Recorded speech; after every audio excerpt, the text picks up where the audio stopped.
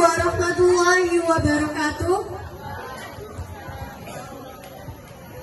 Kami dari kelas 10-6 kelompok 1 Bela Negara akan menampilkan drama yang berjudul Kegigihan Jenderal Sudirman.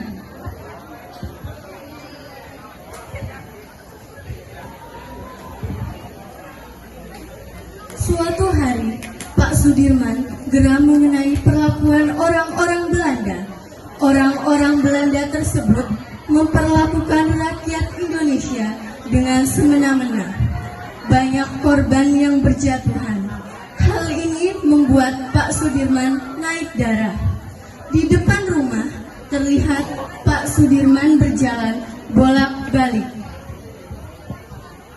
Walah Pak, kenapa mondar-mandir gitu?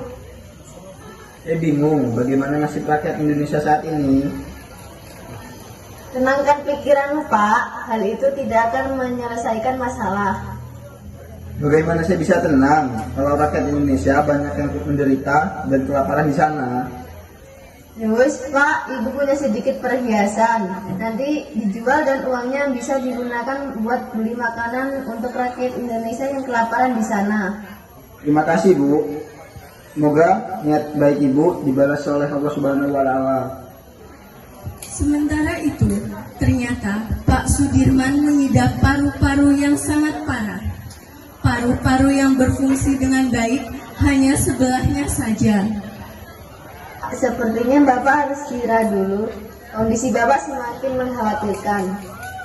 Tidak Bu, sebagai seorang pemimpin, saya harus bisa memandu prajurit saya. Tapi Pak, Tenang saja, saya akan baik-baik saja, percayalah. Keesokan harinya, Pak Sudirman berangkat untuk memimpin para prajuritnya.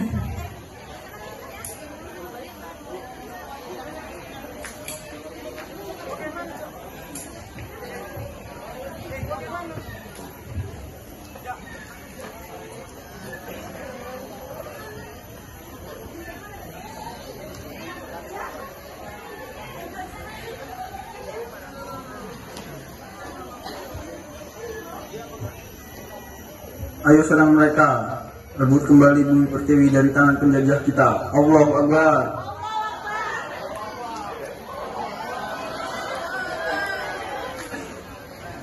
Saat ibu kota Indonesia berada di Yogyakarta, Pak Sudirman semakin bersemangat melanjutkan perjuangan sampai seluruh tentara Belanda benar-benar hengkang dari tanah air Indonesia. Dan pada saat itu pun terjadi agresi militer Belanda II.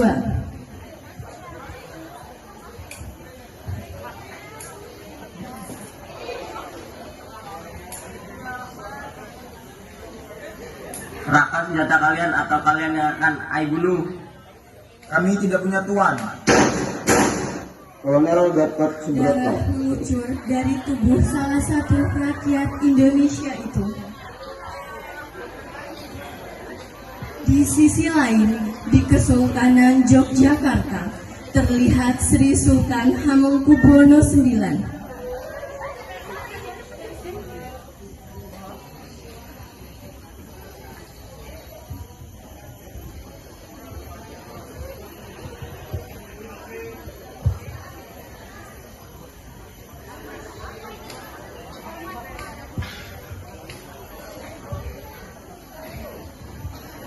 Gatot Subroto, saya perintahkan Anda untuk menulis surat kepada Pak Sudirman agar beliau berhenti dulu bergerilya untuk menistirahatkan badan yang sedang sakit parah.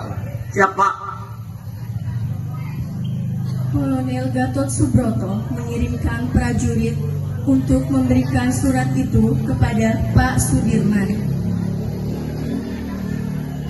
Akhirnya Pak Sudirman membaca surat dari Sri Sultan Hamengkubuwono IX. Ini bukan supaya jadi mati konyol, tetapi supaya cita-cita adik tercapai. Meskipun buah-buahnya kita tidak turut memetik, melihat pohon yang subur, kita merasa gembira dan mengucapkan banyak terima kasih kepada Yang Maha Kuasa. Pak Dirman akhirnya luluh. Beliau bersiap-siap berangkat ke Yogyakarta untuk menemui Sri Sultan Hamengkubuwono IX. Setibanya di Gedung Agung, Presiden Soekarno merangkul Pak Sudirman. Pak Dirman, selamat datang. Bung Karno. Pak Dirman, kondisi Bapak kian hari semakin memburuk. Saya pikir Bapak harus beristirahat. Baik, Pak. Ternyata ketika Bung Karno berada di Yogyakarta bersama Bung Hatta, mereka berdua ditawan oleh Belanda dan Yogyakarta pun jatuh ke tangan Belanda. Melihat hal ini, walaupun sedang sakit, Pak Sudirman selaku pemimpin tentara memimpin pasukannya melaksanakan perang gerilya dengan gigih.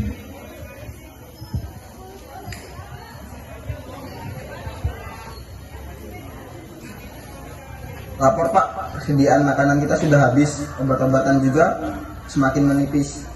Benar Pak, stok makanan saya juga bentar lagi habis Pak. Stok obat di puskesmas juga sudah hampir habis Pak. Bagaimana ini, Pak?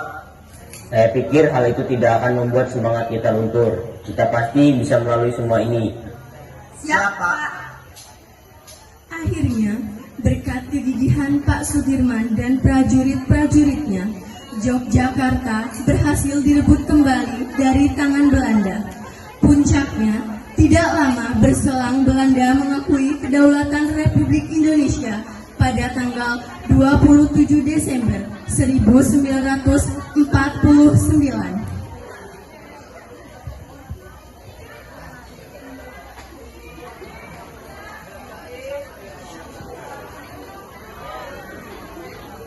Alhamdulillah Pak, berkat kegigihan Bapak dan prajurit yang lainnya Indonesia bisa mencapai kemerdekaan. Tiba-tiba ketika istri Pak Dirman menggerakkan tubuh Pak Dirman, terasa tubuhnya sangat dingin sehingga istrinya panik. Pak, bangun Pak. Ternyata Pak Dirman telah menghembuskan nafas terakhirnya. Beliau wafat berselang 1 bulan setelah pengakuan kedaulatan Republik Indonesia. Sudirman merupakan salah satu pejuang dan pemimpin teladan bangsa ini. Pribadinya teguh pada prinsip dan keyakinan, selalu mengedepankan kepentingan masyarakat dan bangsa di atas kepentingan pribadinya. Ia selalu konsisten dan konsekuen dalam membela kepentingan tanah air, bangsa, dan negara.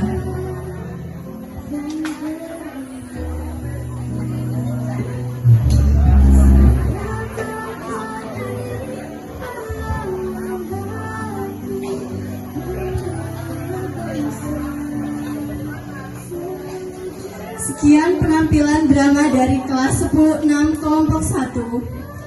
Mari kita lanjutkan perjuangan pahlawan kita.